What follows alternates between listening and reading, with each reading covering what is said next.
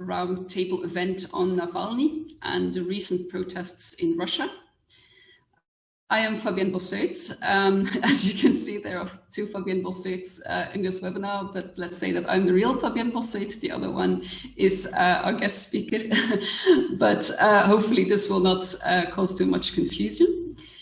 So I will be moderating the event on behalf of the Russia platform of Ghent University. Now, before we continue, let me provide you with some technical information and instructions. As attendees of this event, you will not be able to turn on your microphone and camera during the event. If you want to ask questions to the speakers, then you can use the chat to do that. People who are following via the live stream, maybe you can use the chat on the YouTube channel if you have any questions. And I think also those questions might be able to reach us. The questions will be collected by a colleague who will then send them to me. And the final 30 minutes of the event are reserved for answering the questions that you may have. You don't need to wait till then to put questions in the chat, so please feel free to post your questions throughout the discussion. Okay, now let's return to the topic of the event. So this evening, together with our 4 speakers, we will be discussing the person of and the movement around Alexei Navalny. We will also assess to what extent the recent protests are a reflection of a wider societal discontent in Russia, rather than perhaps just direct support for Navalny. And in assessing these questions, we will also ask whether it makes sense to draw parallels with the ongoing protests in Belarus against President Lukashenko. Also, the implications for Russia's political future will be discussed, along with the substantial role played by the media, including also digital and social media. And last but not least, we will also address the question what the EU should do. As Russia's relations with the European Union have further deteriorated over the poisoning, arrest and conviction of Navalny, the question remains what the EU could or should do. To discuss these questions, we have 4 prominent speakers who will share with us their expert views on these issues. Their expertise is very complementary in the sense that they are each experts on specific questions relating to today's discussion. We were very keen to give a platform to different views on these issues, and therefore we made sure to invite not only speakers from Belgium or Western Europe, but also speakers from Eastern Europe and from Russia. As Western Europeans, we tend to have a very specific view of Russia and of Russian politics, which is, of course, strongly influenced by our Western European views on democracy and politics. So therefore, we believe it's always interesting to be able to listen to the viewpoints of experts who have a more intimate understanding of the local context in Russia. So let me proudly present our 4 speakers. First of all, we have Professor Dmitry Goncharov. Professor Dmitry Goncharov works at the Political Science and International Affairs Department at the Higher School of Economics in St. Petersburg. So he's now with us live from St. Petersburg.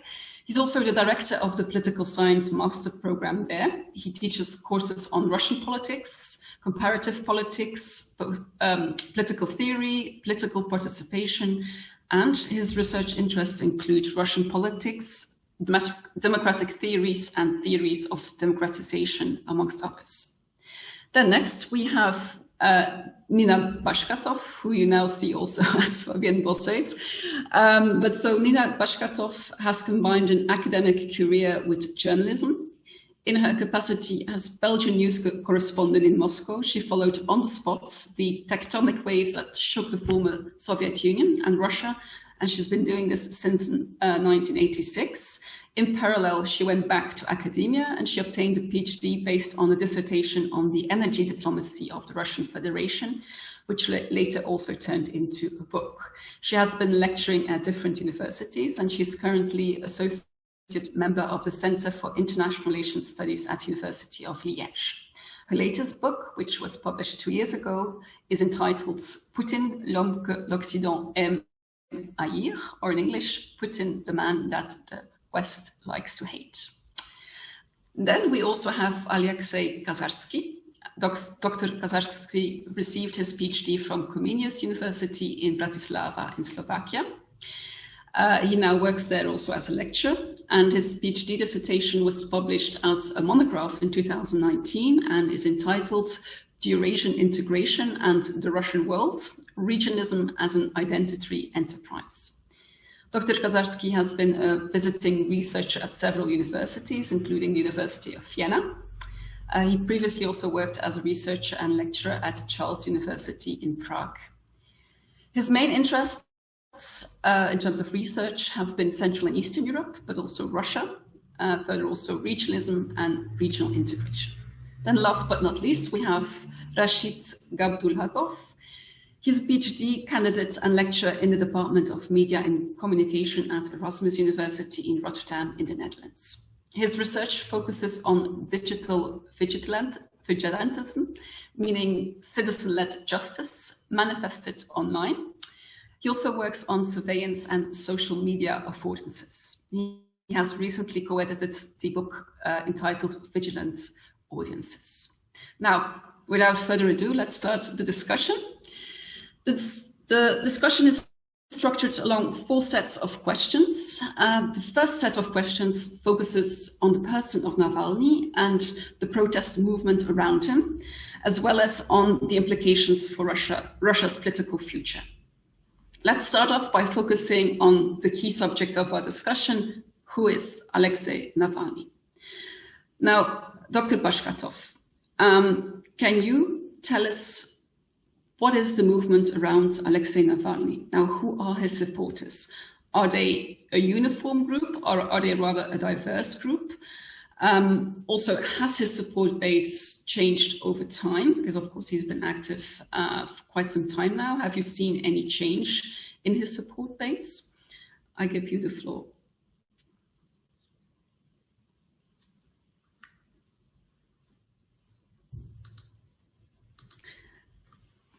You're still unmuted. You'll have to unmute yourself. Okay, great, perfect. Go ahead. So I was saying that the basic answer is that Navalny changed in the country, changed a lot. And of course, the supporters changed because it's all going together. And I think that in the evolution of Navalny, I will point the fact that he saw, I think, with an acute political sense, that the old liberal opposition was not a tool to change the regime, and more importantly, because he's terribly ambitious, what is absolutely normal for a political figure, that he can never get out of this world where people were embittered in big ego discussion, who would be the leader, who will not be the leader. And in the same time, I think that he make the right assumption that, as I say first, he has to get out of that and make a name for himself, that he had to enlarge support geographically and socially, what he has been done, that's what I'm talking of, changed, that he has to find a way to keep the liberal opposition with him, because it was his image of being a liberal and a different man of new figures and so on, but he needed them to, he cannot be rejected by them. But in the same time, he had to find a way not to be trapped by them. And that's why we will come to some of the points in the debate later on. And I think he has also the assumption, the real one, that with the world today of communication, that we will talk a lot with Mr. Gabdulhakov, he has to be seen as a figure in the West too, because after all, the other countries, they don't care much about who is the president of Russia, is something from the West. And so that's why I have the feeling that his evolution and the evolution of his supporter is a purely political calculation and a well use of a changing situation around.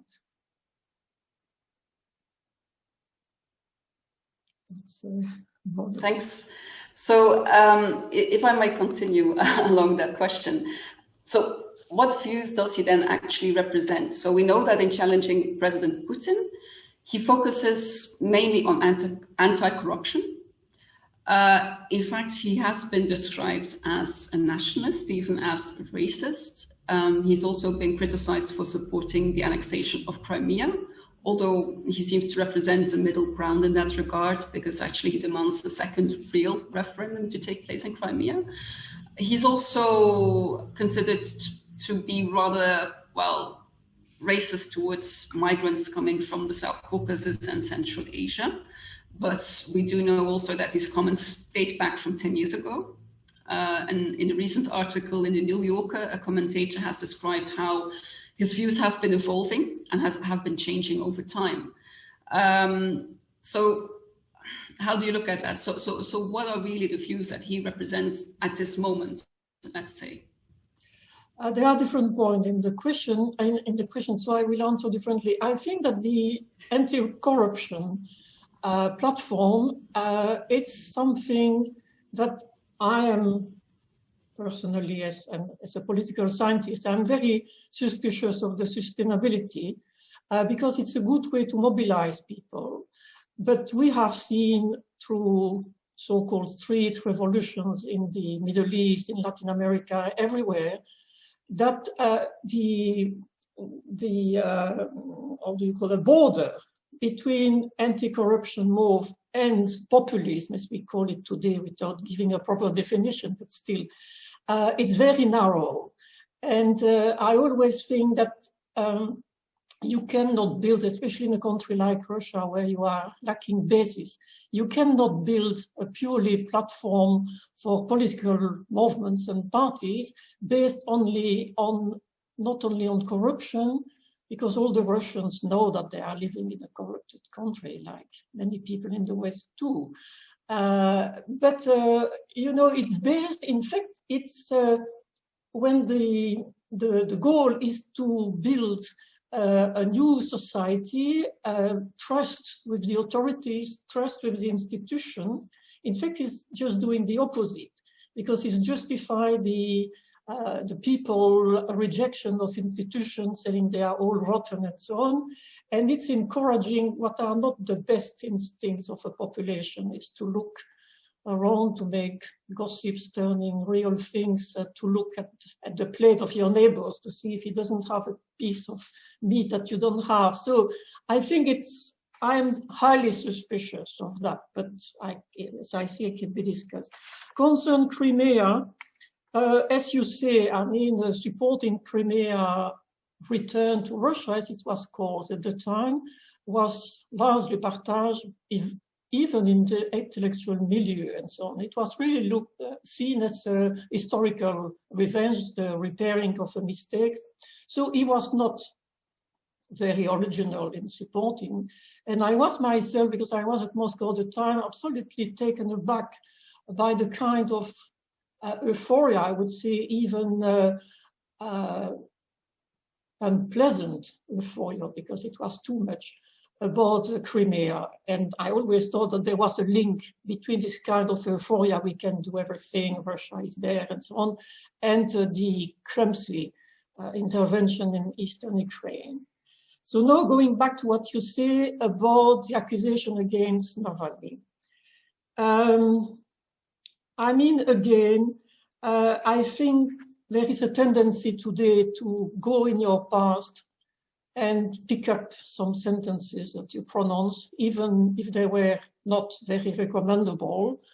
So that's a kind of a path with no use and abuse, because now you are people who have, coming back with something they made when they were teenagers. I mean, there is something unhealthy in that. So does it mean he's racist? I mean, it means that he's, I think, a terrible opportunist, and it's more dangerous because it means that he seems that he's ready to defend even unpleasant and use unpleasant slogans if he believes that it's gaining support.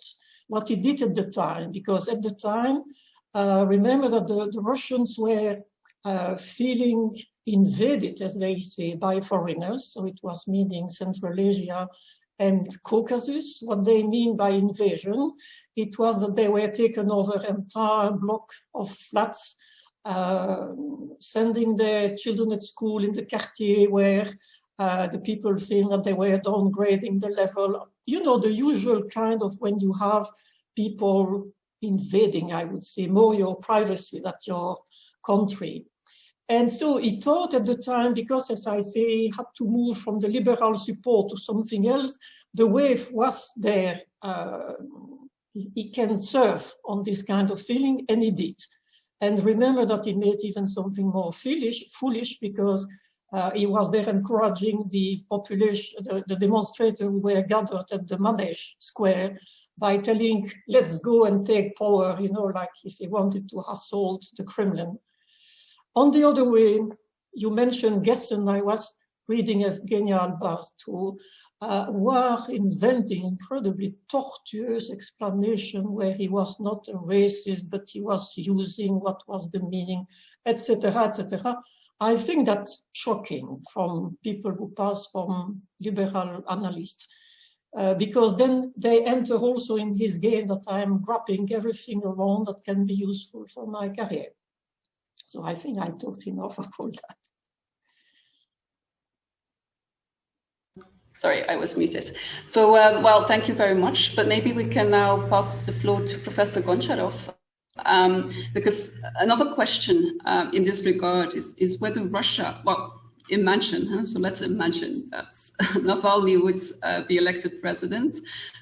Would Russia really be following a different path with Navalny as president?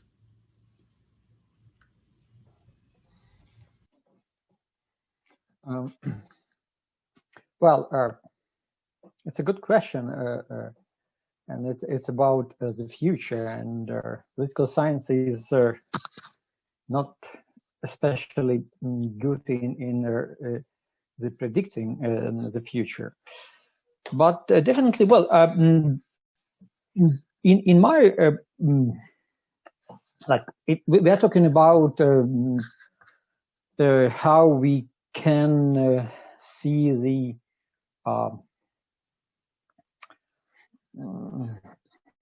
what kind of mindset Navalny is having now, and what kind of political project he can shape based on what he is now, and based on what he's doing now. And actually, I have quite a well, despite all these past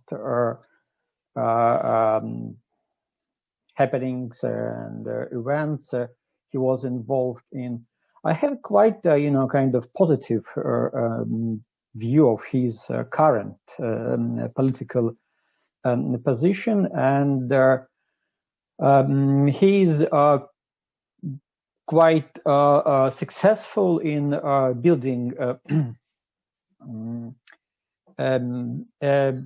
a network of activities that can be quite potentially quite useful in mobilizing liberal and pro-democratic liberal segment of the Russian society. So definitely talking from what we are witnessing right now, we can expect quite a positive change in Russian politics, in the quite kind of normal democratic and liberal direction. So that is my. But okay. Of course, it's kind of subjective. Yes, but also, I mean, I know it's a very difficult question to answer. If you knew the answer to that question, I think you would become a very important, influential man. But if we go back to the recent protests, so how do you think they compare or differ to previous ones? And then I'm talking also about both political protests that have taken place in the past, but also more societal ones, such as the pension protests, the trucker protests. If we go back in time a bit further to the Balatnaya protests 10 years ago, what do you think is different this time, or is it not that different? Well, it's different in many ways. The problem is would those differences be like really important in terms of producing a political change? But 10 years ago, the wave of protest was provoked by massive electoral fraud, which was recognized by those kind of members of new middle class in major urban centers that after years of being quite apolitical and passive came to vote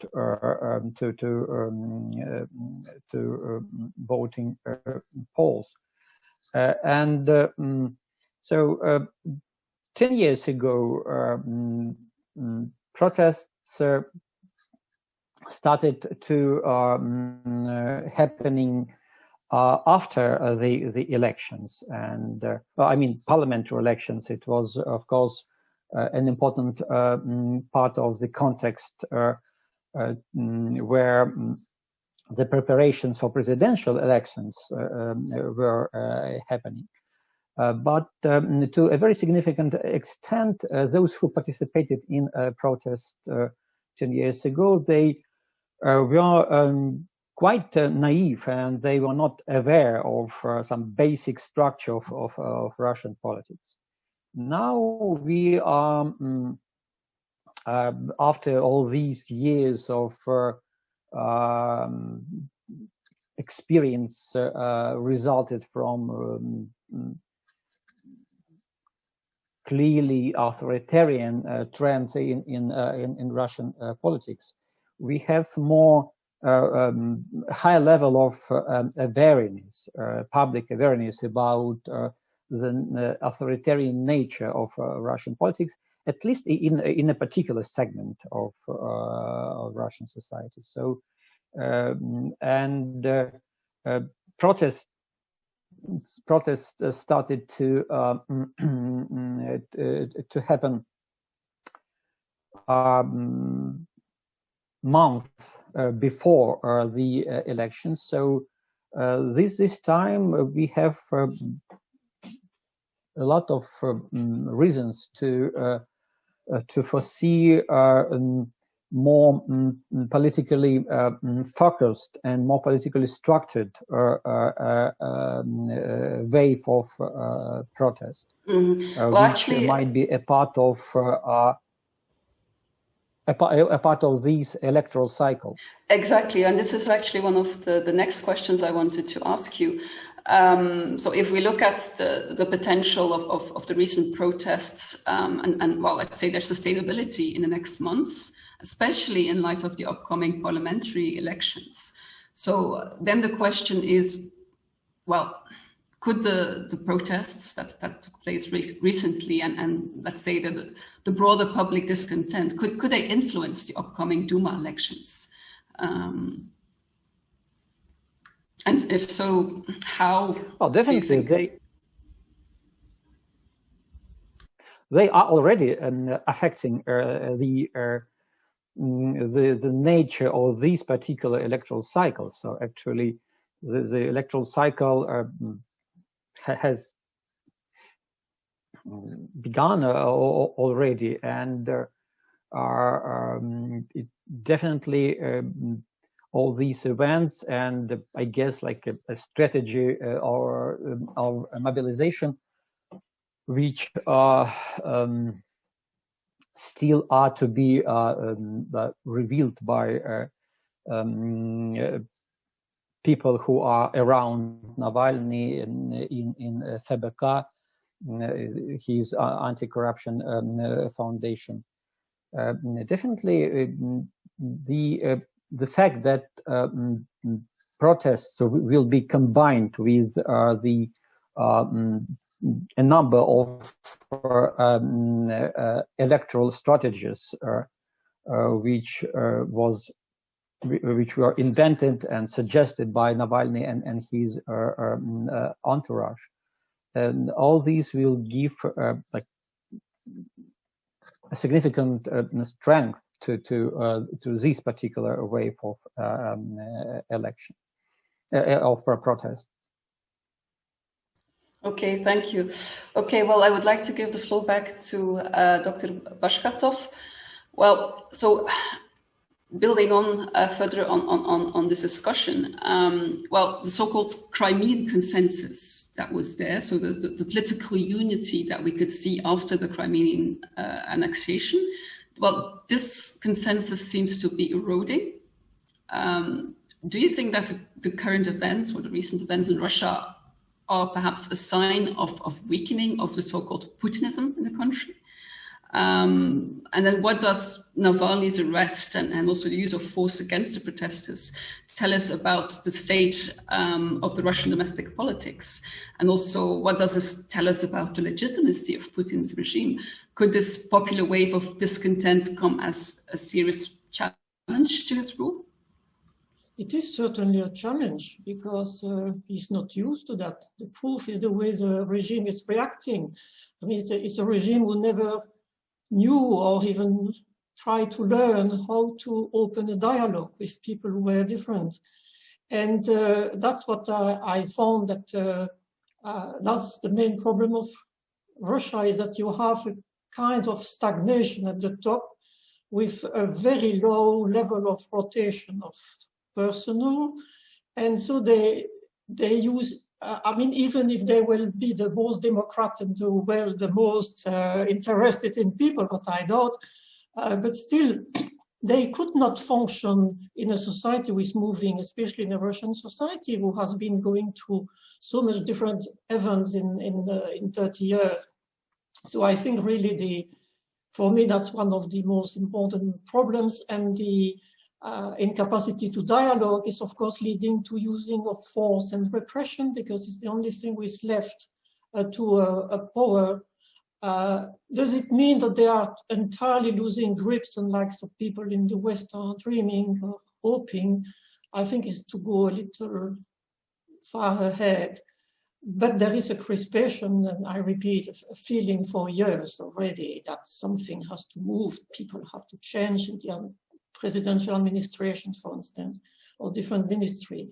But that being said, I join Dmitry Goncharov by saying that it is interesting that all those movements are before election and not after. So the problem now is to make sure that this movement can translate in votes.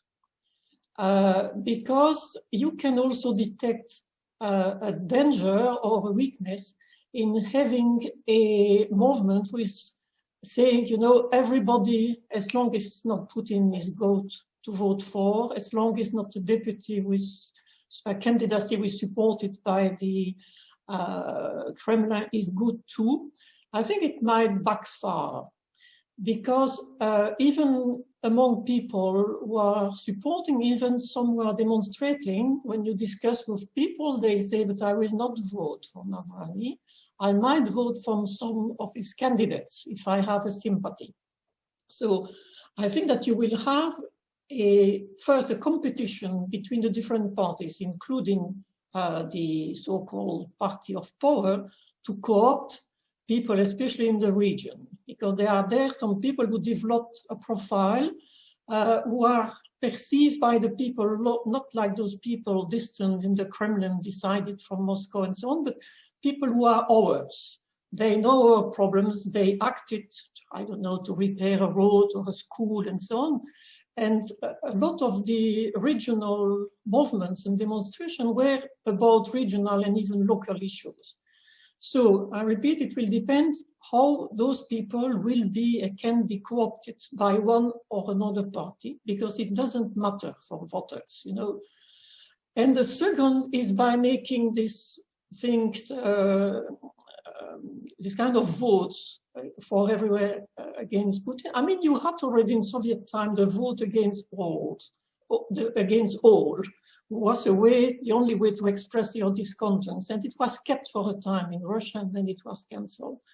And so he's not inventing something new in a way, to say vote against Putin. But he can simply make the electoral campaign of other opponents of Putin. It can be the nationalists, even if they are in disarray for the moment, but they represent something. And the communists, of course, because I don't know if some people who are more in contact than me with young people, but I'm astonished how among, for instance, young political scientists, you have not a nostalgia of the communists, but a feeling that liberalism, as it has been presented, is not enough. And so, again, the communists are divided today, including about the support to Navalny, but they are there, they are a force, they are well identified. It's not a link with the past. It's, for me, a projection in a future that you don't want to be a copy of the liberal reforms of the Yeltsin regime. So that's why I say it's fascinating, because the strength who is there, the power who is there, the will who is there can go in many directions. And Russia is a country where things change very quickly. And that's why people forget about Crimea, because they have other problems. And in 2 years, they can have forgot even at the next presidential election. Okay, thank you very much. Well, let's perhaps now turn to the question of parallels with the anti-Lukashenko protests in Belarus that have been going on since the presidential elections there last summer. So, Dr. Kozarski, as someone who is from Belarus, you have been very closely following the events in your home country, of course. Could you then tell us what parallels, if any, could be drawn exactly between the recent events in Russia and the protests that are still taking place in Belarus? Or do you think this is perhaps not a question that can or should be asked? Okay, thanks. So thank you very much for inviting me, and I'm very glad to be part of this great panel. I'll answer the question. I think it is worth answering, but I will add one remark on Russia to what Nina was saying, that things change very quickly in Russia, but I think they tend to not change for a very long time and then change very quickly. That's the typical Russian pattern, I think.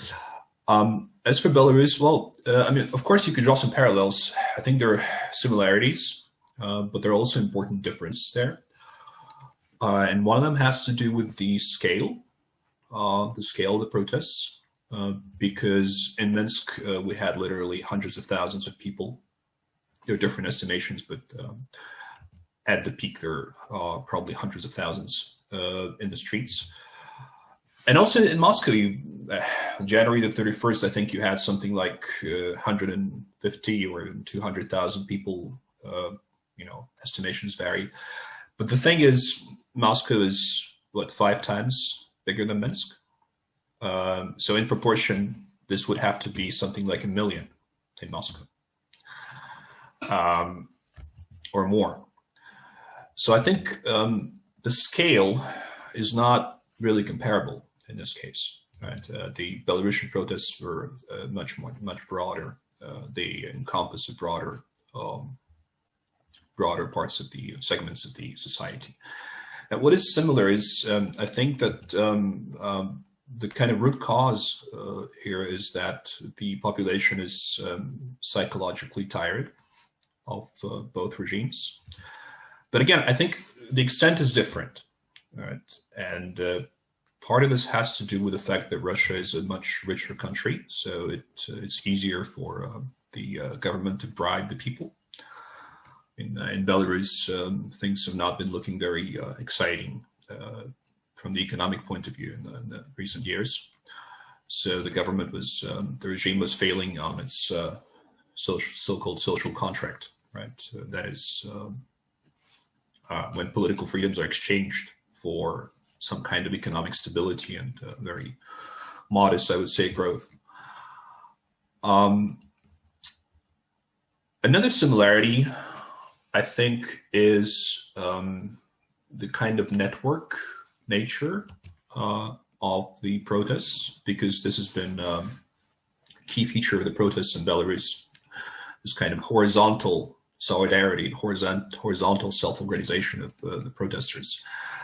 And I think that something similar is also happening in Russia, and that's where, of course, the social media play a key role. Plus, you have certain political figures that have been either isolated, they were put in prison, or they're not in Belarus. And of course, you cannot organize a revolution from prison. That's pretty difficult, even today. And in this sense, these political figures serve as symbols rather than organizers of the protests. And that's, I think, where we can draw another parallel.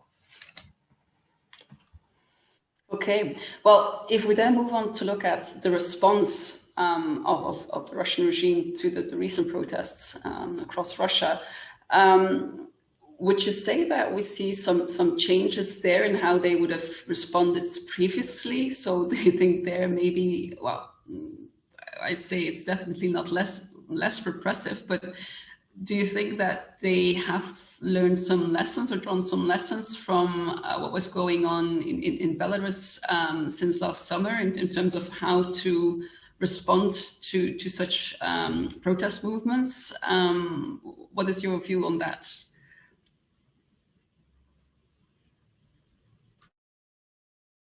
Sorry, I muted myself. Well, there's no doubt that they're watching this very closely, that the Kremlin is watching the events in Belarus very closely, right? So there is a number of phobias, right, that the Kremlin is known to have. But again, I mean, I think there are similarities and differences, because in Russia, it is true that there was an unusually brutal crackdown, right? And unusual for Russia, not for Belarus. And some people they're saying that this kind of reminds them of Belarus, of Minsk, that this is in Minsk and Moscow, as they call it. But again, I think the level of violence is different. I mean, Belarus went through a real hell in August, and I mean, this is a terrifying figure that in the UN Human Rights Office, there are several hundred complaints about torture in custody, right? That was, and that's not something we're seeing in Russia, and hopefully something we won't see in Russia. But on the other hand, I think the Russian regime is definitely learning from Belarus, and I think the main lesson is what you may call preemptive brutality, right? So you had these very worrying symptoms, like some people are saying that for the first time in Russia, electric shockers were used so massively, right? Also, an interesting detail I noticed is that they switched off the wireless internet in some places like cafes, and this is of course very reminiscent of Belarus, where every Sunday you would have all internet switched off, including the mobile internet, so that the protesters could not coordinate via social networks. So I think there's quite a bit of learning going on, and the main lesson is that you need to be very tough, right? You need to hit first. That is something that Moscow is learning from Minsk. Okay, well, a final question when it comes to possible parallels or possible contagion, if we can call it like that. How would you perceive the recent online documentary that was denouncing Lukashenko's wealth? Do you think this was inspired by the online documentary that Navalny released about Putin's secret palace? You know, has this Lukashenko documentary then had a similar impact in Belarus? Like, what was this then suddenly a hot topic? Can you tell us a bit about that? Sure. Well, I mean, you would need to ask the authors of the movie if they were inspired by by Navalny, but probably yes in some way. I mean, it was made with a similar purpose, right, of educating the broader population on the abuses of the government. The impact. Well, I was watching the movie when it was being live streamed, and there were about 100,000, I think, people watching at the same time. Which again may seem like a small number for Russia, but Belarus has fewer than 10 million people, and by now it's at 5.7. I checked today. It's at 5.7 million views on YouTube. Now, of course, you have people from outside of Belarus watching. That would include myself too. But on the other hand, you have more than one person usually watching that movie on a single device, right? Laptop. So you can get a certain idea of how popular this became. And one of the signs that it did have at least some impact is, of course, that the regime had to react publicly.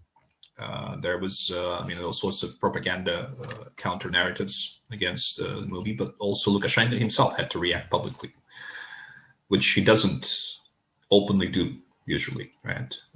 And he said something like, "I did not learn anything new from that movie," or something like that, which was strange, and nobody quite understood what he meant by that, whether he's acknowledging that all that property is indeed his, or whatever that meant, but he had this strange comment.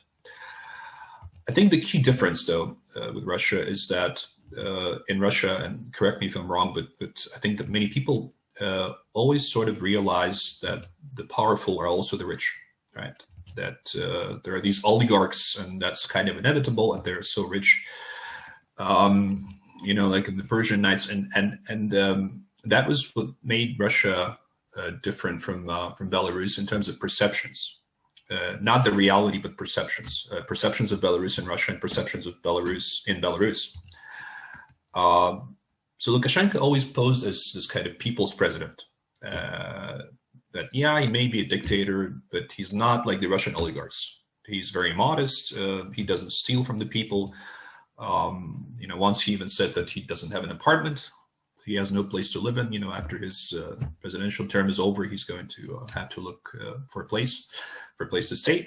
I mean, of course, the people who were always opposed to Lukashenko, they didn't really take this seriously. That was,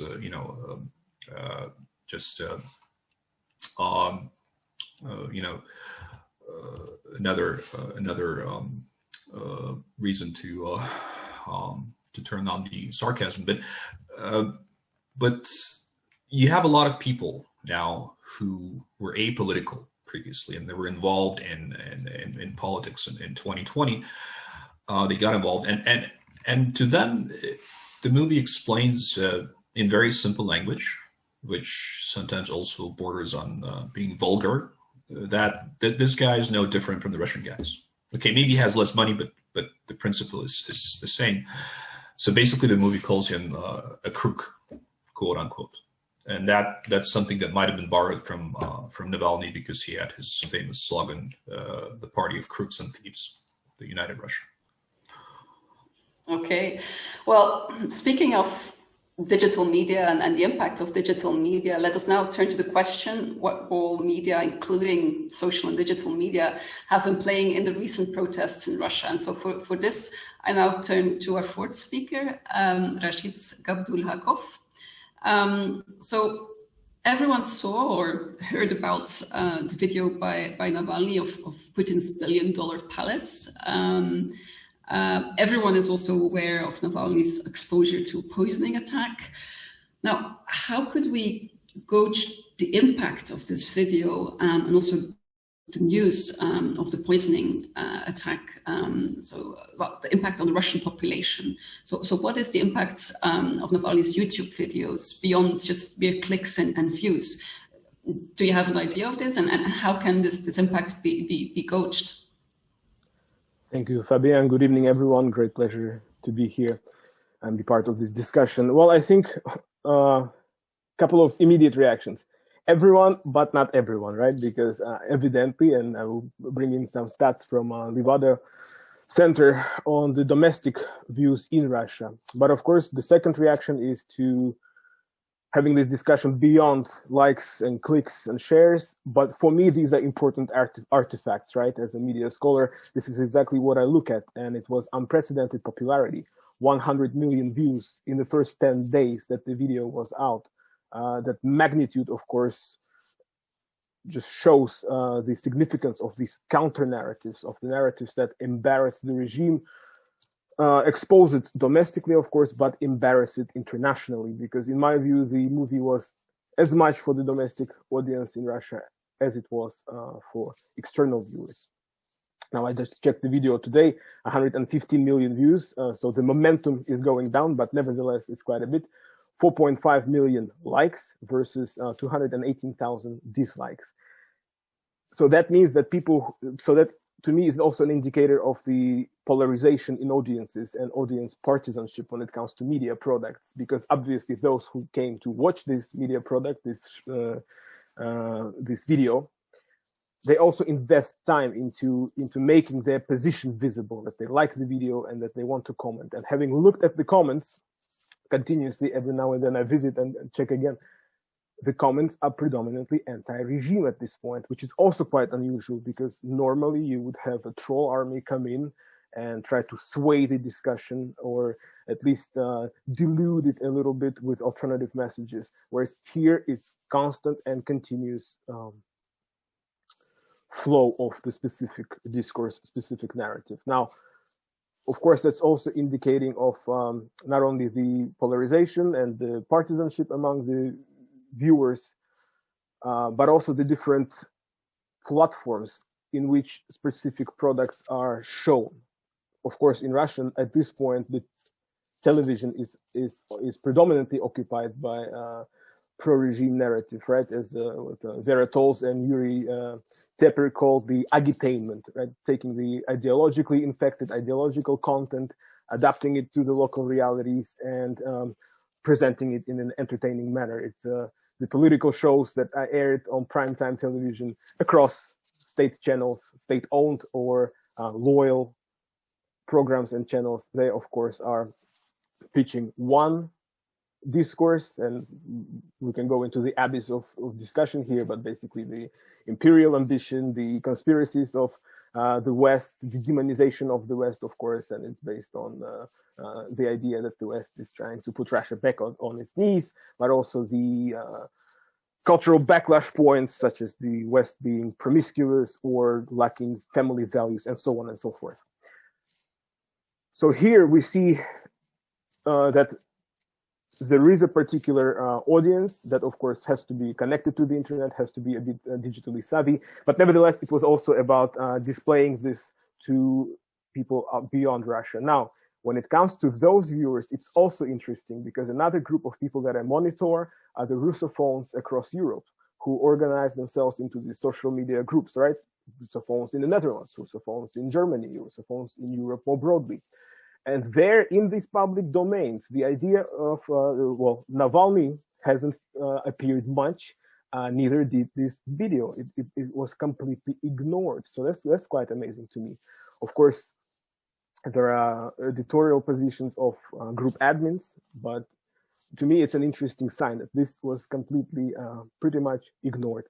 Now, when it comes to the audience and seeing who viewed it and how people responded, I'll just have to rely on the data from the Nevada Center, right? So evidently it's 26% of the adult population who has seen the film, and 62% did not hear about it at all, apparently. So that's quite impressive. That's inside Russia. Of course, there are variations in younger generation, perhaps by virtue of being connected to the internet, but also probably because of other reasons, like the disenchantment in the regime and the entertainment of the product. And of course, the role of Telegram is important here. So when it comes to platforms, they certainly provide an alternative message here. Mm-hmm. Okay, well, what you have been describing so far also is, it's like, well, there is already now an intricate confrontation emerging between the narratives that are spread by the traditional pro-regime media and the narratives that are spread by the counter-regime digital media. Could you elaborate a little bit more on this? Because I'm also wondering to what extent this confrontation between these two types of media is changing the face of politics in Russia. We can judge this by several things. One is, of course, the reaction of the regime to these products that are available on digital media, to digital media platforms, and to audiences. Like I've already mentioned, quite a bit of efforts have been put into instilling control over narratives domestically. Quite a bit has been and continues to be invested into doing the same on the international arena through traditional media platforms like RT or Sputnik. That, of course, also it's not as crystal clear as in the digital domain is one type of information and traditional media is other type of information, because traditional media penetrate digital media. So we have to be aware of that. And when it comes to the state investing funds and other resources into delivering their strategic narrative domestically or internationally, it's done in a very tailored manner, right? And people invest money into doing it in a local language. It's tailored messages. So I wouldn't differentiate it just in those simple terms. Now, nevertheless, social media affordances, they enable alternative voices, and that is something that is dangerous for the regime, because it can it questions regime's relevance, stability, even its capacities, right? And because of the accusations that some of the other panelists have already mentioned. So things are done to gain control of the platforms. Of course, much like with the domestic traditional media broadcasters, efforts have been put into appropriating platforms. Like Contacti is one example, right? And then continues hide and seek with other platforms, and pressure is being put on the global giants, and sometimes unsuccessful, but other times successful, right? For instance, that case when Instagram complied with removing content that exposed Prihodka and Deripaska on a yacht on the shores of Norway. Instagram complied and removed this content. So we already see a bit of compliance. There was a whole brouhaha, of course, was trying to block Telegram, while even the MFA continued to use Telegram, right? And recently, the slowing down of Twitter. So the regime is playing with platforms, seeing what mechanisms of pressure can be applied. At the same time, of course, pressure is simply applied on users and has been applied. That means that there is concern in what type of information people are exposed to. Since 2014, a wave of amendments to criminal code articles, right? 282, 280, 354, 148, and people getting imprisoned for extremism, propagating fascism, spreading inter-ethnic and inter-religious hatred for likes and shares on social media. Of course, some cases might, I did a study on this as well, some cases might have been genuine accusation and xenophobia. Of course, the question is, so should someone go to jail for that much time for that, right? Or be fined millions of rubles for that? And even though this kind of harsh application of law, which was also quite selective, the law was unpredictable. So sometimes it was genuine, other times it was just random. Anyone could be arrested for virtually anything. That leads to people thinking twice before they post certain comment or share something or even click like. That is, of course, designed to instill a bit of self-censorship here. And even though it has been decriminalized a little bit, it doesn't change the nature of these spheres, right? Because you can still get conditional charges and you are still fined quite a bit. And if you repeat the offense, the fines only increase. So there is an attempt to build this kind of Chinese-style firewall, but because it's too late in the process to do this technologically, and there are not that many resources at this point, alternative ways are being sought. One of them is the application of crazy law, bizarre law. It's really bizarre. It's selectively applied, and anyone can be arrested for anything. If there is a person who needs to be arrested with the current conditions, any activity online can be tied to this law. Okay, well, thanks. This is extremely insightful. So But if we now, for now, leave aside the discussion on the role of the digital media versus the traditional media and so on, we will come back to that in the Q&A because I've seen already some questions about it. But let's now focus on our fourth set of questions, also the final set of questions that we will discuss at this round before we open the Q&A. That is, what could or should the EU do when it comes to the recent protests that have been taking place? Dr. Bashkatov, I would like to come back to you for this question first. Now, we all know that EU-Russia relations remain at an all-time low. Recently, they basically further dropped. And this was, of course, because of the poisoning, the arrest and the conviction of Navalny. Now, what did the EU do in response? Well, the EU then imposed further sanctions. Do you think that this will have an impact? I mean, a further deterioration of the EU-Russia relationship? Or do you think, well, the relationship is already so bad that at this stage, imposing sanctions will not necessarily affect this relationship? Well, you know, the EU, they need to make some gestures. They like that. And to say that something can deteriorate is very difficult to see how, because we have been going from bad to worse. And somehow, somewhere, there is no definitive breakup because nobody needs it and wants it and will do it. You know, it's for years that I'm starting lectures about the EU-Russia relation by saying, as last year, I can tell you that we start with the terrible relations, and it's going on and on and on. And I think you have to go back to the basis of the problem. And I would say there are two main. One is that, no, the global one is that no partners never knew what to do with the other. They knew they had to do something, that they were sharing the same continent, that they have somewhere some interest in keeping this continent not too poor and not too unstable. That was it. So on the methods, there has never been further discussions. And then from the Russian side, you had, I think, a kind of looking down at EU, not in the beginning, because in the beginning, it's always like that in Russia. They were all besotted with Russia and European values and so on and so on. And then, of course, they are faced with reality and the part of a lack of knowledge also at the time when it deteriorated about what were the functioning of the EU.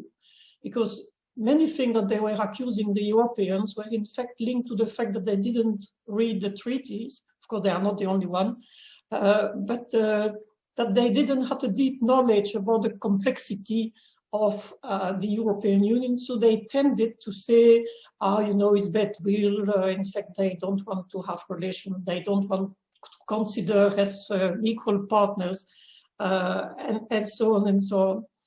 And then there is also the basic difference that Russia has national interests like the US and that EU don't. So they invented this thing that now they are different of the others because of the values, but I'm sorry to look a little cynical, but when you are confronted with real problems of real risk of deterioration up to a certain point, I mean, values are something that you accommodate it, and it's very easy because it's not written black and white. You know, you can say human rights and so and so. And in which order do you serve them? You see, there is a lot of misperception who has been there on the basis. And now you have also to put in the picture that Russia has very often been used when there were division and that nobody wanted to take a lead in something too strong. And then there was this slogans, let's not Putin divided us. I mean, everybody heard that for 1,000 times. In fact, it was hiding a kind of impotence and also the fact that bilateral relations were continuing despite the EU level decision. and that Russia, of course, had all interest to deal at bilateral level because it's more efficient. If only you forget all the attempt to divide the EU and so on. I mean, EU is divided without the need of Russia. And then you have the confusion, is another element that I would ask now, is the question of the US. I mean, the pressure of US on European decision-making process is huge, and it's not transparent. And that's one of the things which is frustrating perhaps the Russians, but certainly the Europeans.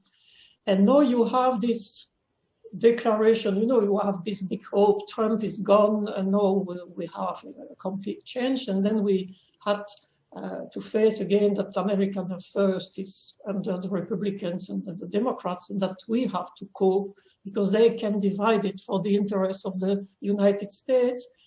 And then you have this declaration of Biden. I mean, what do you do with that? I'm sure that in all the diplomatic circles in EU level, they almost fell from their chairs because it's almost the kind of Trumpist kind of ex-cathedra declaration without even thinking of what he's saying, because he's the president of the United States, who of course has been trapped as a very skilled interviewer with a specialist in foreign policy. But that's showing also a kind of dangerous amateurism, just that we don't have the tweets anymore. So we'll see how it will wait on the European Council of next week when they have to examine the question of sanctions. But I mean, EU is a very late convert to the use of sanctions for political gains. So they have also to indoctrinate almost themselves to consider that more sanction would be a good political tool. And we don't have the American way of using sanction more and more for settling the economic rivalries through the world, including with EU. So that's the pattern. So we'll see what they will decide. Probably some more sanctions, but not meaning much, because I mean the idea of EU is to also, it's like to have your cup and the coffee and everything together without decision.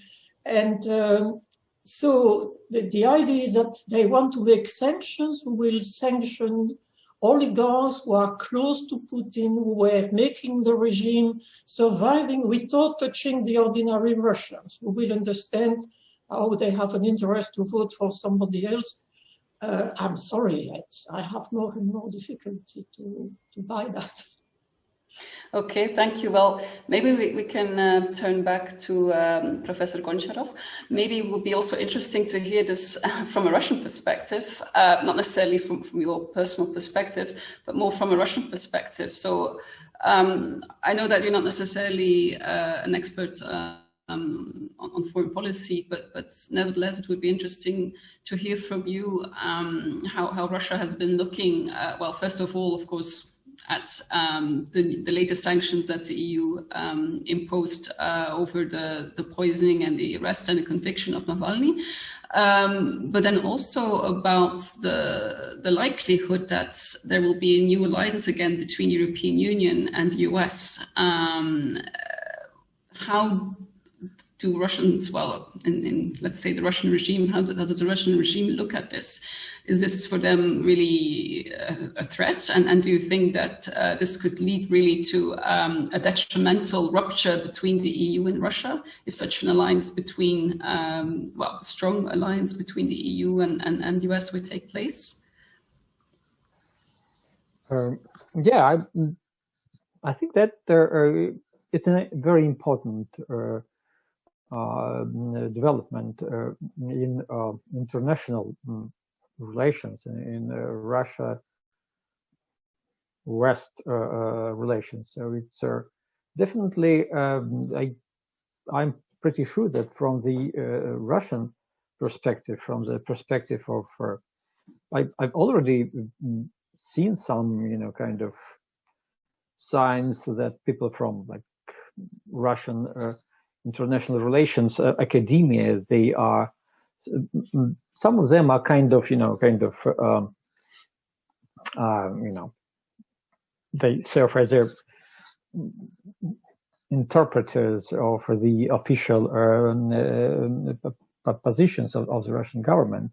And I see that they are quite kind of concerned with these prospective alliance between Europe and US. Like back in Trump years, that was probably like one of the biggest disadvantages in the united Western approach to Russian domestic political development. So Russia did benefit a lot from the fact that Trump was kind of anti-European American president, and tried to do everything to build a quite high level of hostility between the United States and Europe, and that was quite beneficial for Russia, and it did create a very comfortable international context for Putin and his entourage here in Russia. So it's like I guess that sanctions is in general it's very tricky issue. So it's still not clear how they can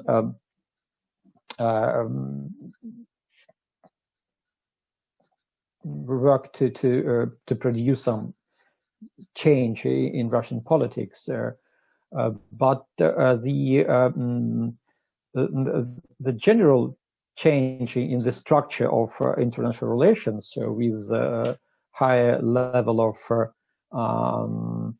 common understanding and common activities on the side of Russia and European Union might be a very uncomfortable development in the international context of for Russian political activity. Okay, thank you. Well, maybe as a final question, then, before we move on and start the Q&A, Rashid, if I may take the honor of asking the final question to you.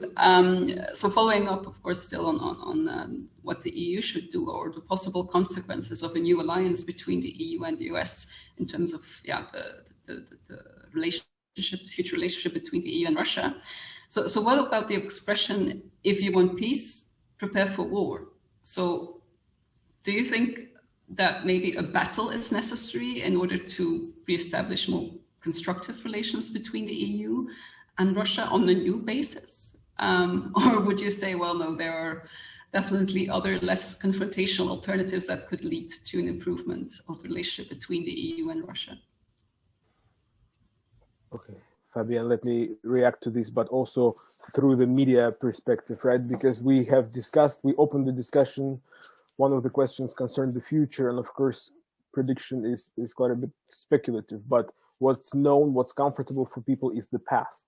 So in the media, I also see quite a bit of return to the past familiar grounds, as in who we define as enemies, who we define as allies, right? So that familiar ground of the Cold War era, that imperial ambition, the role of World War II, the continuous reminder that, hey, if you dare teach us how to live, we will repeat Berlin, style, and so on. So these ideas are penetrating the Russian media domain. Of course, the demonization of Russia is also something that is present across media in the West. Well, even the way the West, right, framed it, it's like one homogeneous entity, but is it really? Look at the EU. There are countries that are Eurosceptic, and there is also the rightist populist lobby that are in awe with Putin and Putin's regime. So who is fighting whom is a good question, because when you have a war, you have two sides, but you also have the counter forces and counter forces, so to speak. So to me, from the media perspective, the biggest danger that I see is in this demonization of each side, which of course is a product of that political confrontation, but it will echo on the ground at the grassroots level between the people, and it already echoes. So I notice this again, a bit of human everyday perspective is important to bring into discussion as well, right? I notice it among the students who come from Russia and who carry this weight on their shoulders, right? That weight of the political ambition of the political elites in their country, to which they almost are asked to respond here by their peers and so on. But nevertheless, of course, while demonization is taking place on both sides, the EU has to stand up by its values and has to confront the regime, because with this regime, while Putin is in power, there will be no establishing any form of compromise, unfortunately. So for this, but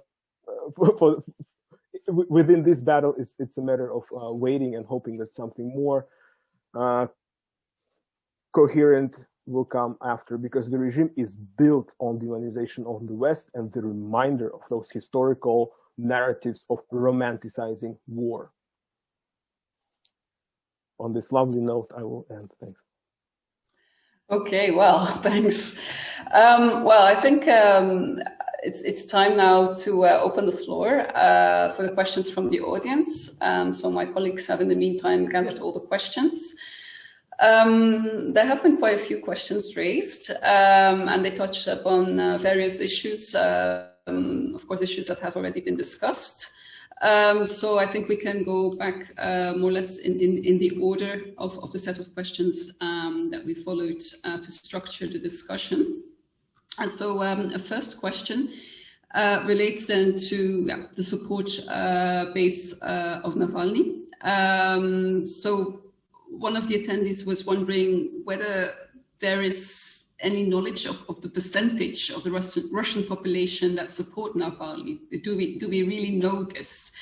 I believe this is probably a difficult question. I'm not sure whether any studies have already shown percentages. But maybe, Nina, I don't know, do you have a view on this? You are still muted.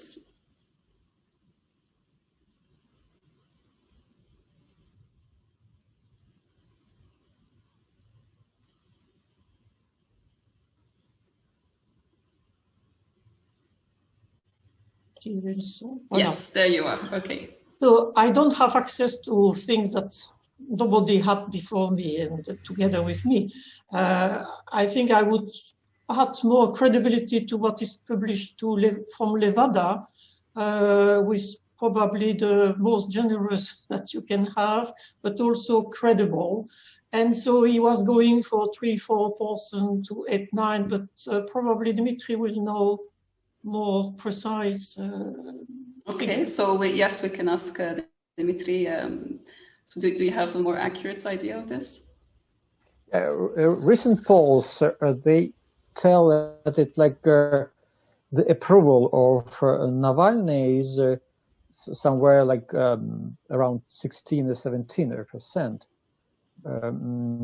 So it's but the public recognition of him increased significantly after the this video about Putin's palace, and actually, like now Navalny, he was banned. His name, well, you know, like Putin never, you know, mentioned his name publicly, and Navalny, like even his name was like totally banned from the Russian television. But recently, a lot of propaganda materials started to appear.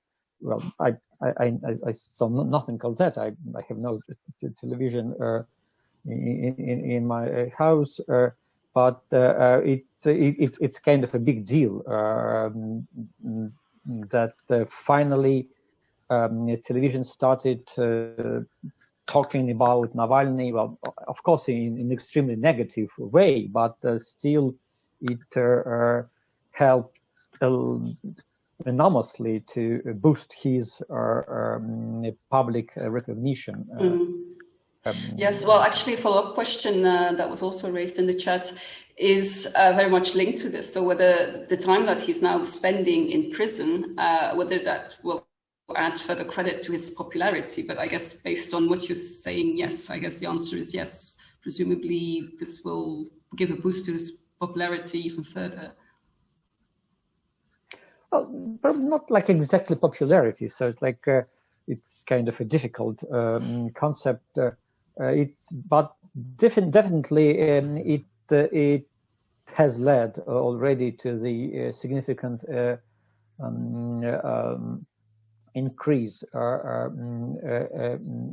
in his public recognition and awareness. So people like across all social groups and like across all political identities in Russian This society. is another question. This is actually another question that was raised in the chat and which was specifically for you. The question was, so what kinds of segment of the Russian society is now supporting Navalny and the protests? Because yeah, they say that you were referring to this segment, so they would like to know which ones you mean. When we talk about Navalny, it's probably it's not so important like how many people like would support him exactly. Well, because he's a very important and influential figure in Russian politics, but it does not necessarily mean that everyone would vote for him if he runs for the president office. Yeah, this is not a question exactly, like whether they would vote for him. Yeah, but he and the movement which is behind him, rather structured movement, they suggested a very powerful instrument to challenge the political monopoly and domination of United Russia and probably even Putin himself. So it's like this smart voting or умное голосование strategy, which is very closely associated with his name, might play a rather significant role in the elections later in the year, and also it might be a part of the context to boost the protest wave, which is I'm pretty sure is going to happen later in this year in summer, because it's like all these strategies which are and like actions which have to be taken to implement this strategy might be also used as instruments and strategies for political anti-regime political mobilization across many political segments of the Russian society. Mm-hmm. Okay, Nina, you have raised your hand. I assume you would like to add some insights to what was already mentioned. You are still muted.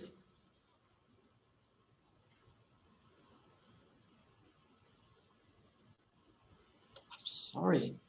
No problem. No, I just wanted to add to what Dmitry was saying. It means that it depends, and also your question, it depends what we are measuring. Because the figures, you can have figures, but the polls or the institute who made these polls are measuring or the intention of vote with one thing, or do you know the person of Navalny, which of course has been increasing spectacularly because of the publication, and even know that he's a target for critics. So it means that his name and his person is there. So after all, it's like the stars in Hollywood. The important is that people talk of you. But be cautious not to mix the intention of votes, who are quite low, honestly. Okay, thanks. Okay, so then another question which relates to this discussion is, well, still, what about the idea that Navalny is not necessarily supported by the Russians, but that Russians do support or sympathize with his anti-corruption ideas?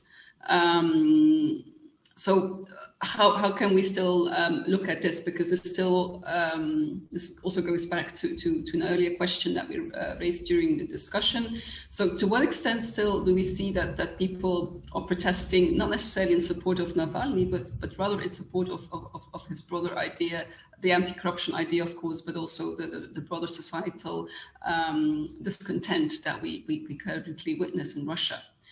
So Nina, maybe you can also elaborate on this point. Yes, I think that we have to go back a long time ago. I mean, almost as long as I have been working in Moscow, I knew protest against corruption. You have all the colored revolutions in 2004-5 were all based on protesting against corruption. And somebody was mentioning, I remember, I think it's Rashid, about the effect on the population and the people who wanted to live like poor people and so on. Remember Saakashvili, who wanted to live in the 2 bedrooms, would be his office and his family house, and then you know he finished with also his own palace, but in Georgian style. You have that in Ukraine too.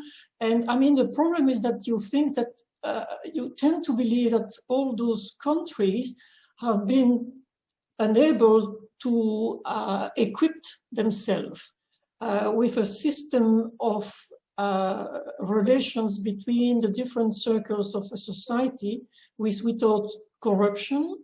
And I think that the difference is that in Soviet time and early Russian time, everybody can get something of corruption. It can be just on your small level that you are taking back home some soap for washing the dishes, or a pair of shoes that you subtracted from the shops or something like that.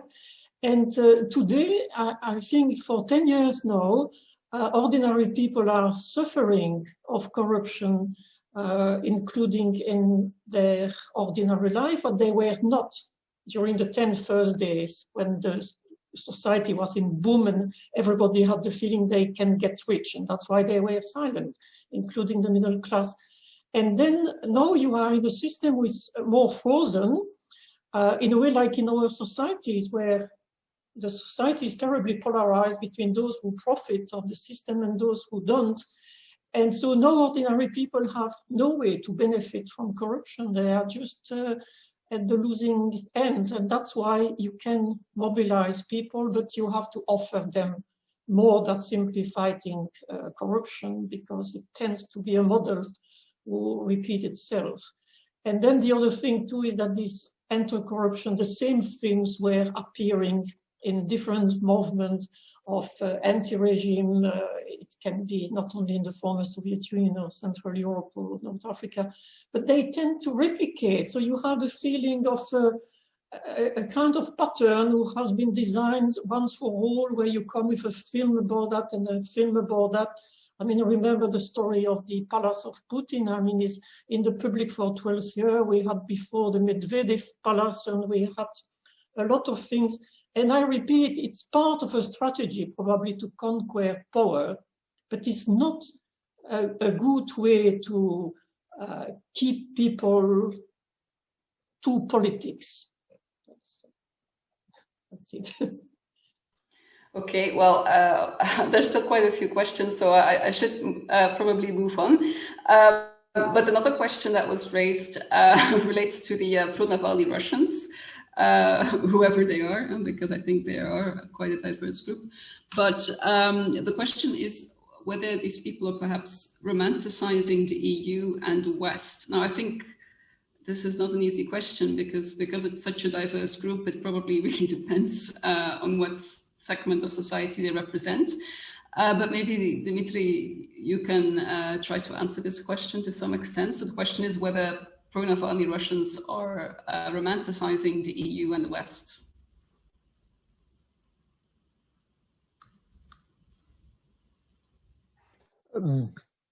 Well, probably to some extent, but I do not believe that this generation is like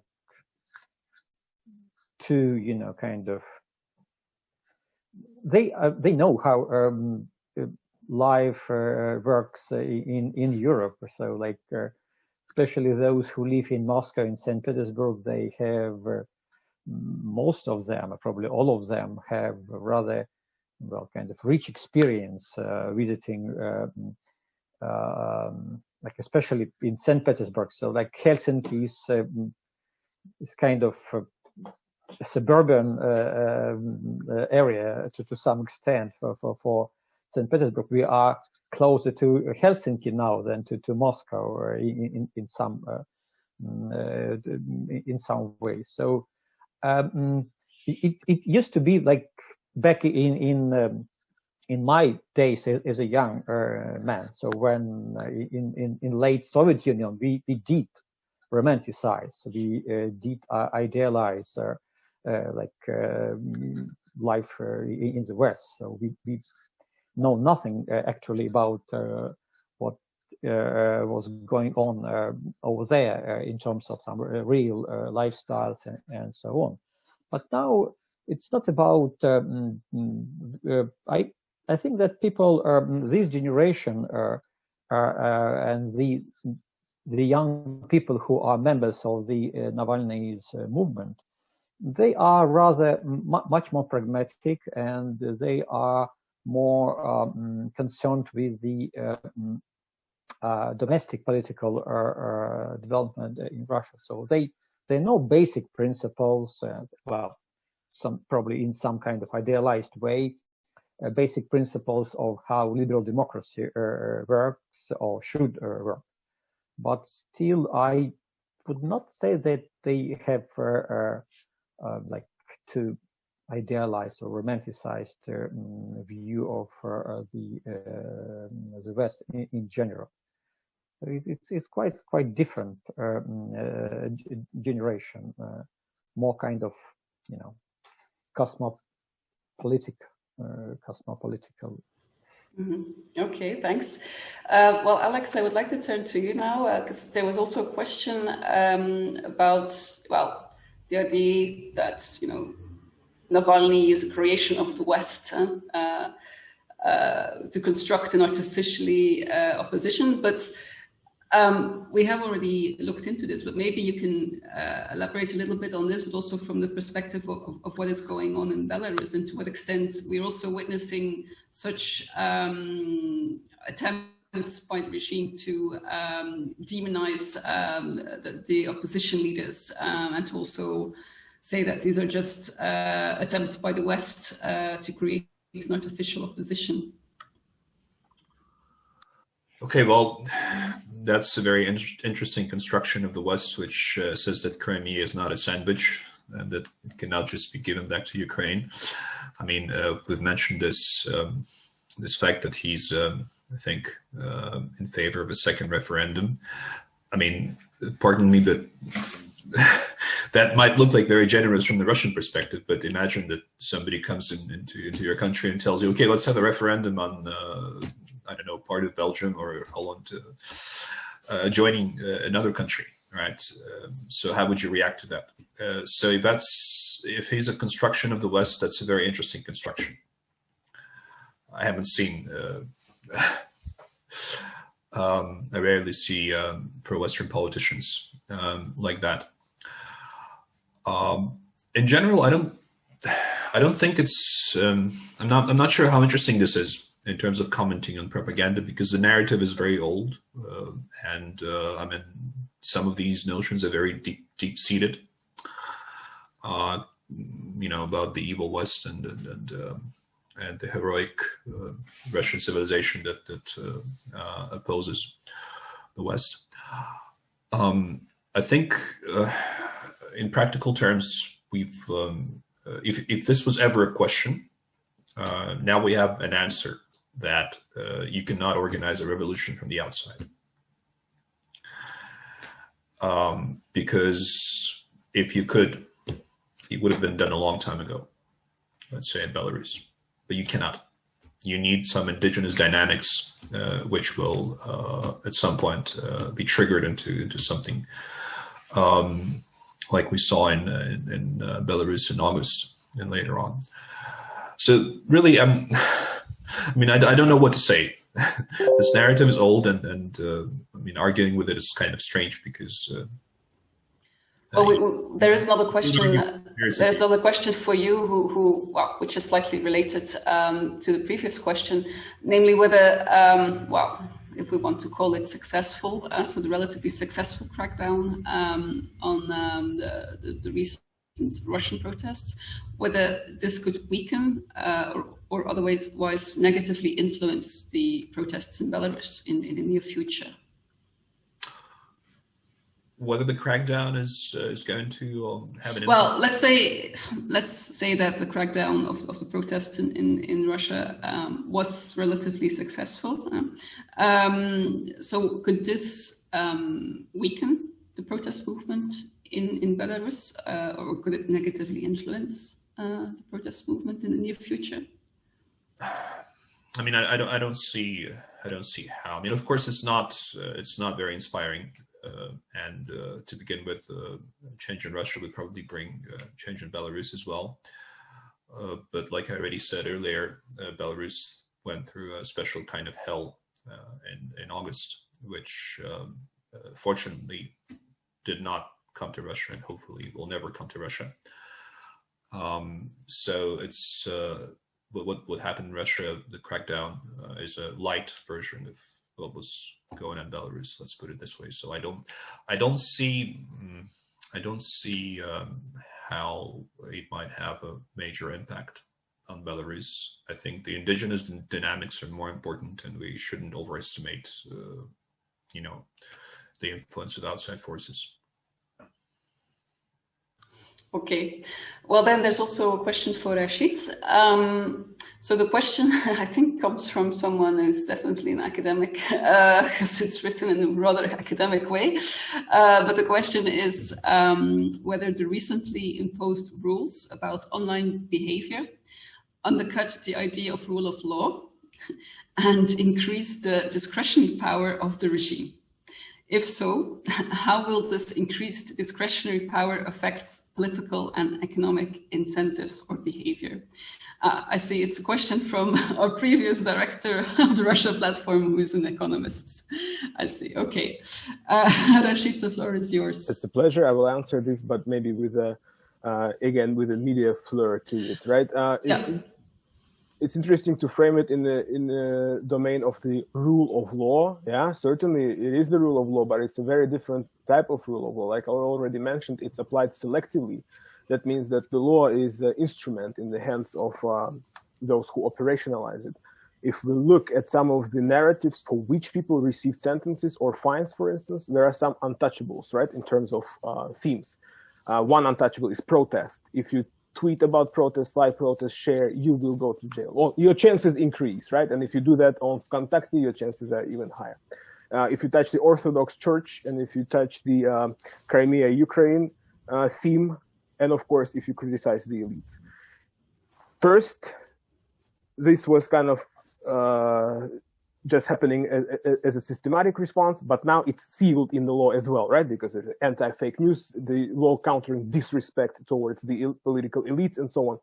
The way these laws are called is also quite fascinating, right? The freedom of speech law, amazing, or the the anti-fake news law. Some of them are actually even copied from the West. So we like the German so-called Facebook law, right? That puts pressure on platforms to weed out fake news or disinformation is now successfully implemented in Russia to silence the dissenting voices.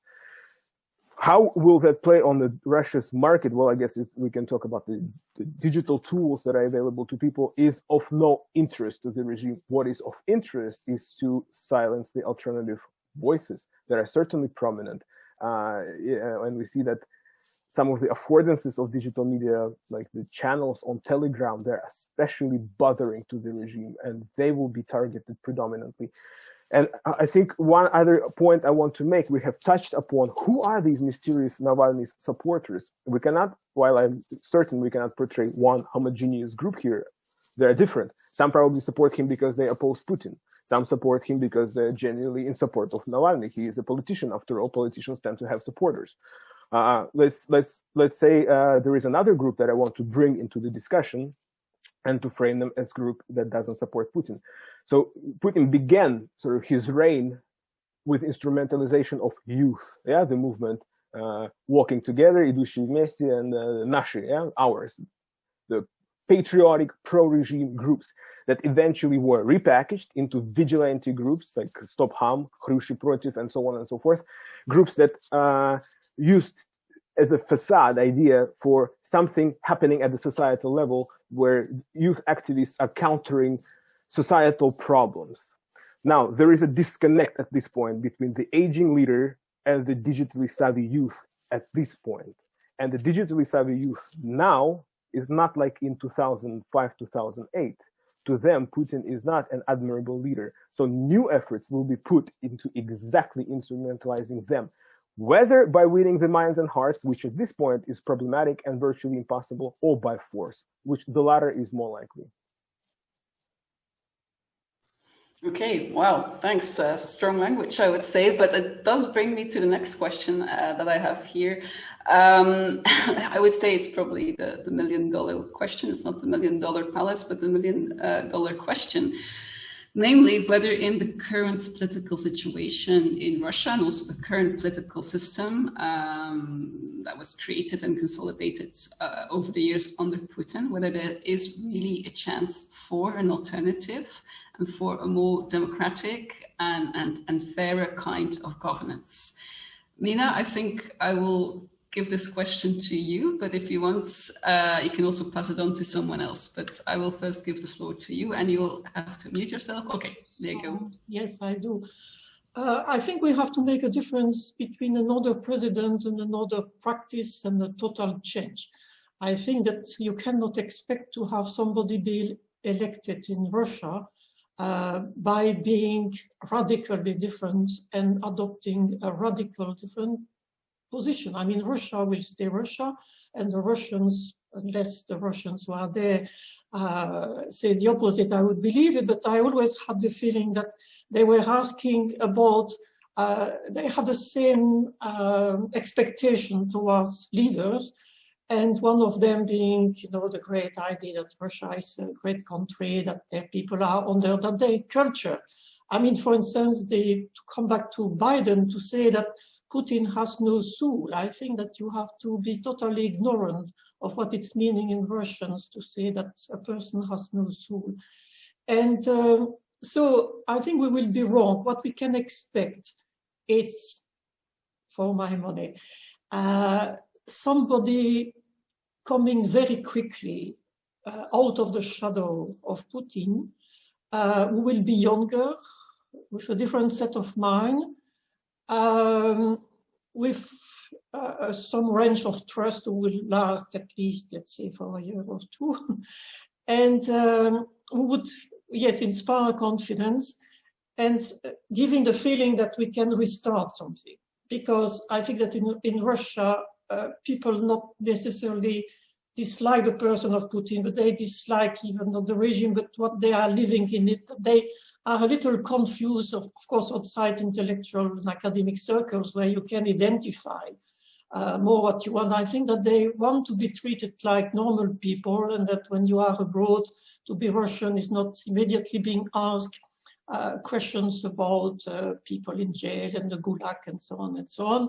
That when there is a Russian film which is projected abroad, is not analyzed only in terms of signals against the regime and denunciations of the role of that or that. I mean, there is a need for normality, and I think that Putin doesn't give this feeling anymore. And on the Western side, I think they would be also happy to have somebody who is not controversial.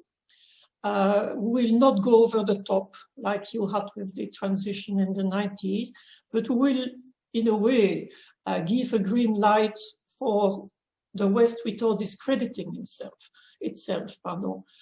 to be able to regain some type of relations.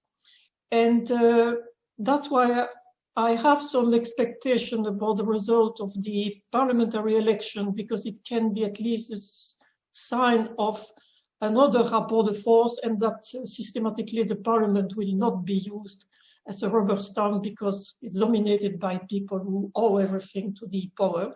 So that's one thing. And the other, I think, from the West then, no go over the top about what you want to do, what you can do, etc., and then see Putin's fingers beyond anything that is happening in the West. I mean, the American election, the Brexit, I mean, the COVID, soon we will learn.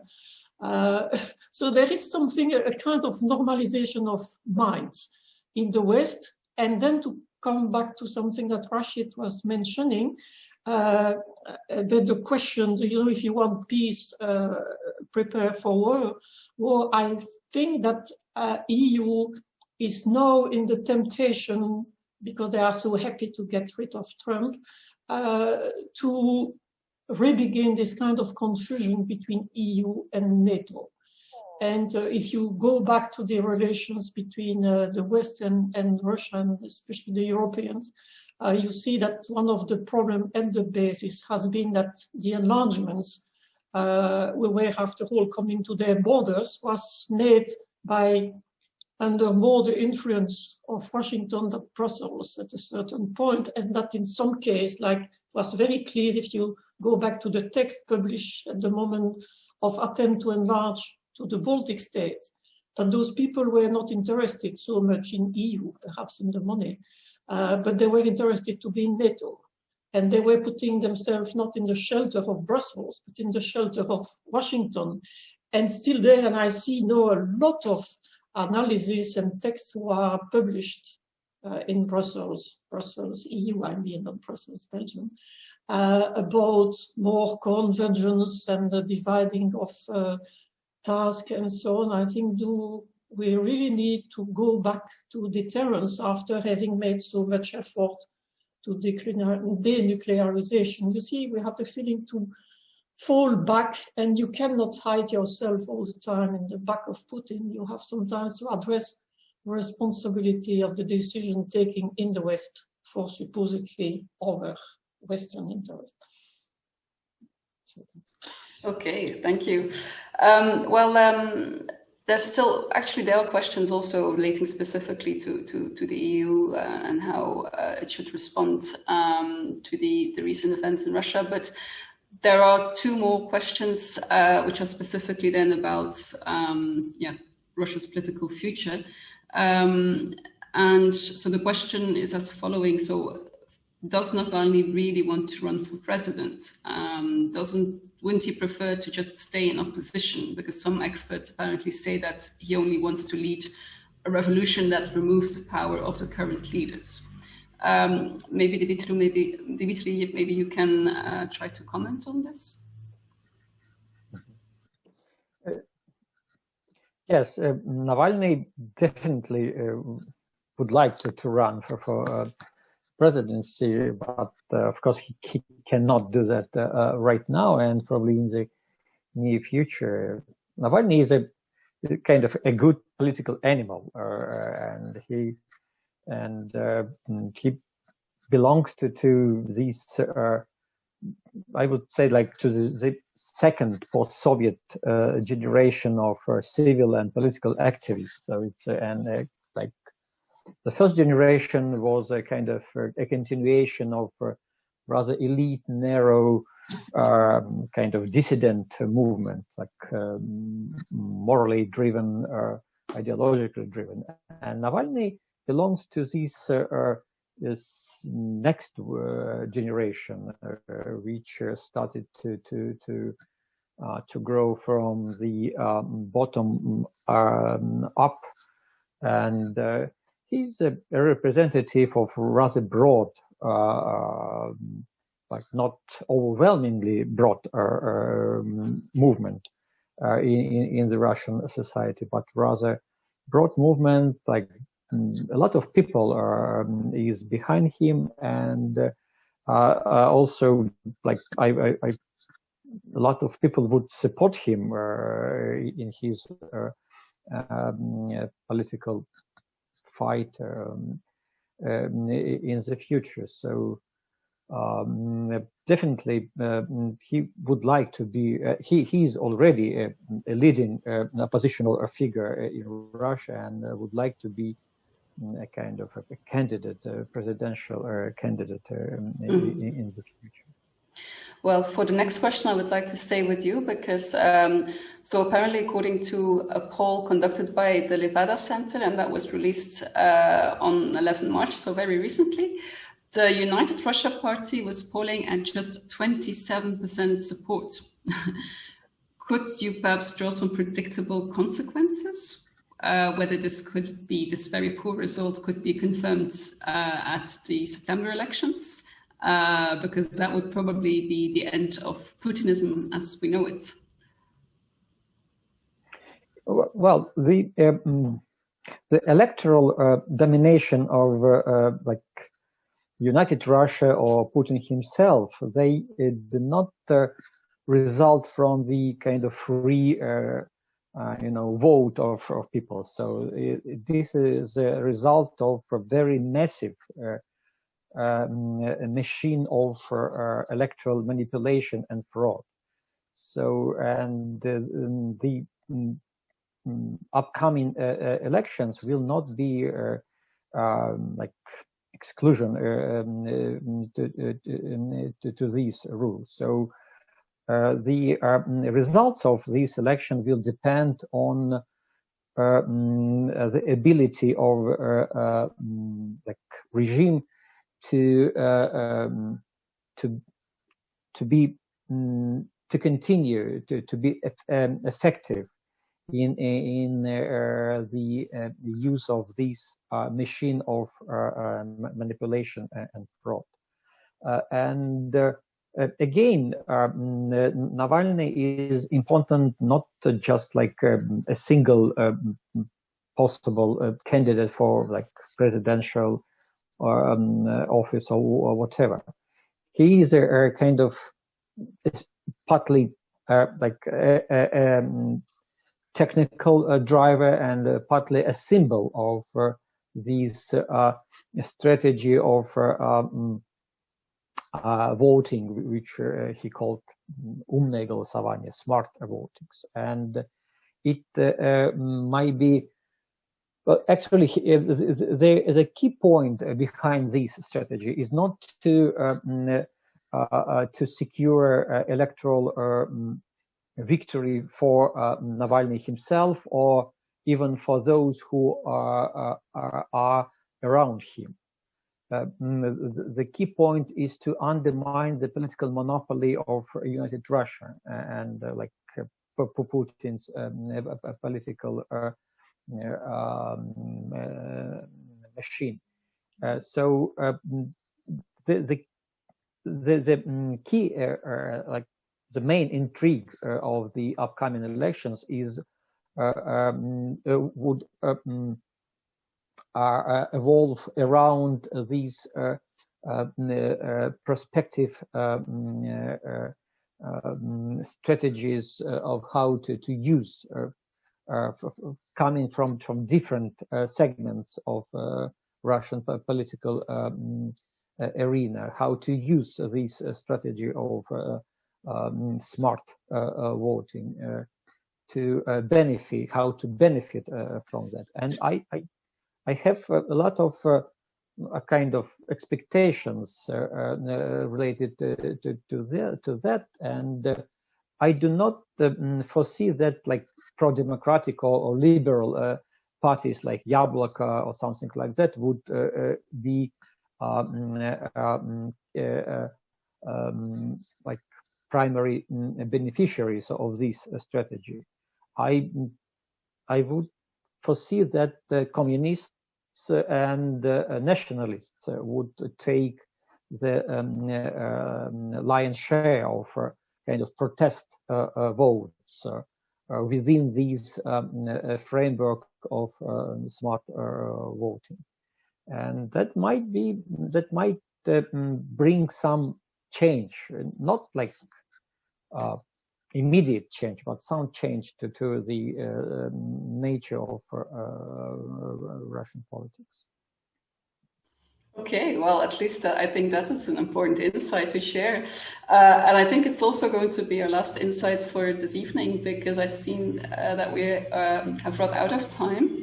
There were not many questions left, and I believe actually we had already touched upon them previously in the discussion. So, but yeah, dear speakers, dear participants, we have come to the end of our roundtable discussion on Navalny and recent protests in Russia. I really hope that you have enjoyed listening to the discussion. Let me end by thanking our four speakers for their very insightful discussion on all these issues. Let me also thank everyone who contributed to organizing the events, because actually behind the scenes, quite a few people were helping to organize the event. And as you see, still we managed to have start on a, well, less positive note with all the technical issues, although we managed to overcome them, thankfully. But I would like to thank in particular the co-director of the Russia platform, Professor Ben Doge, and also our coordinator, Delphine Klutz. Without their help, this event would have not been possible. So special thanks to them. Okay, so I wish you all a pleasant rest of the evening. I hope that we will reconvene again soon for another discussion. But for now, goodbye everyone, and hopefully see you soon online or physically. All the best. Bye. Goodbye. Goodbye, thank you. Oh, that's nice.